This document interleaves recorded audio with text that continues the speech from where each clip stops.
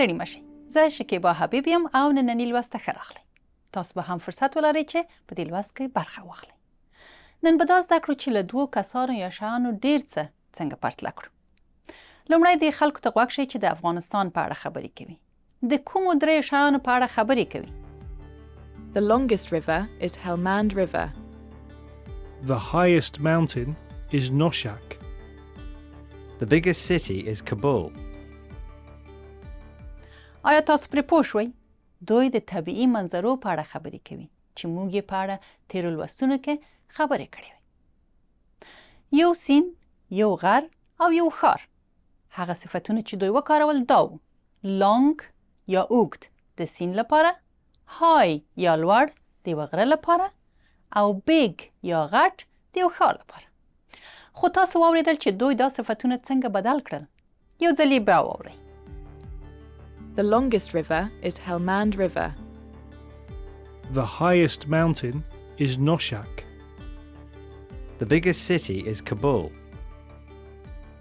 نو د دې لپاره چې دا صفتونه تفصیلي کړو، یعنی د بیلګې په توګه د تر ټولو اوږد سیند او د تر ټولو لوړ غره په اړه خبرې وکړو، نو د لنډ صفت پای کې باید د EST توري ورزیات کړو.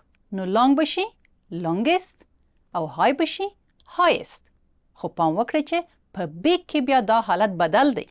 موږ لومړی یو بل جی ورزیاتوو او ورپسې EST چې ترې جوړیږي biggest. آیا په یاد مو دي چې له هر صفت مخکې کوم ټکی راځي؟ راځئ چې وایو. The biggest city is Kabul. هغه ټکی the و. نو د دې لپاره چې دا تفصیلي جملې جوړې کړو، موږ د the ټکي ته اړتیا لرو. ورپسې صفت چې پای کې EST توري ورزیاتو. په یاد مو دي چې د تر ټولو لوړ غره په اړه یې څنګه خبرې وکړې؟ راځئ چې وایو.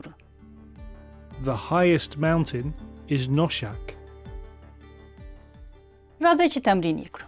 څنګه ویلی شئ چې تر ټولو سړه میاشت جنوري ده؟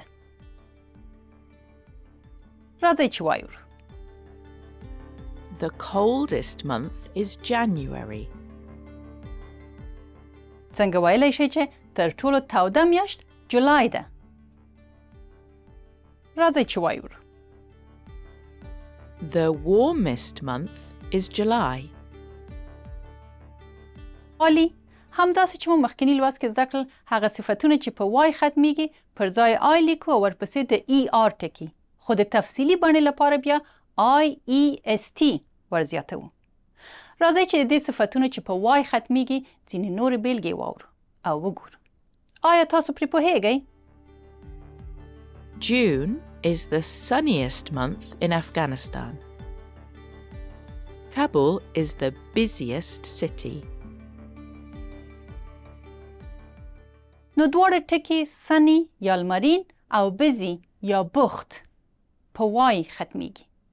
نو وای لرې کوو او پر ځای IEST ورزیاتوو. ښه، موږ دا لنډ صفتونه زده کړل. اوس یوې بلې جملې ته غوږ شئ. نو دا اوږده صفتونه څنګه بدلیږي؟ I think the Blue Mosque is the most beautiful building in Afghanistan. ښه، نو دا کس داسې فکر کوي چې شین جومات افغانستان کې تر ټولو ښایسته ودانۍ ده. د بیوټیفل صفت اوږد دی او 3 سېلابه لري.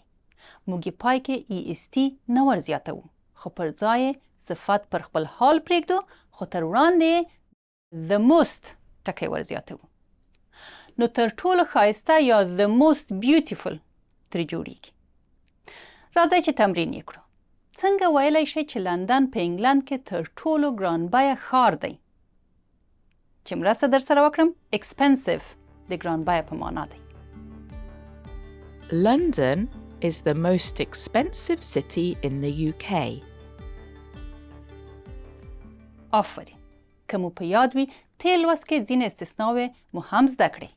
هغه ټکي چې قانون او قاعده نه لري.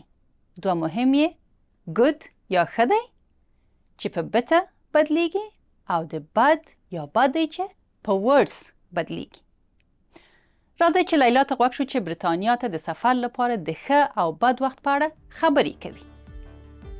I think the best time to visit the UK is in June.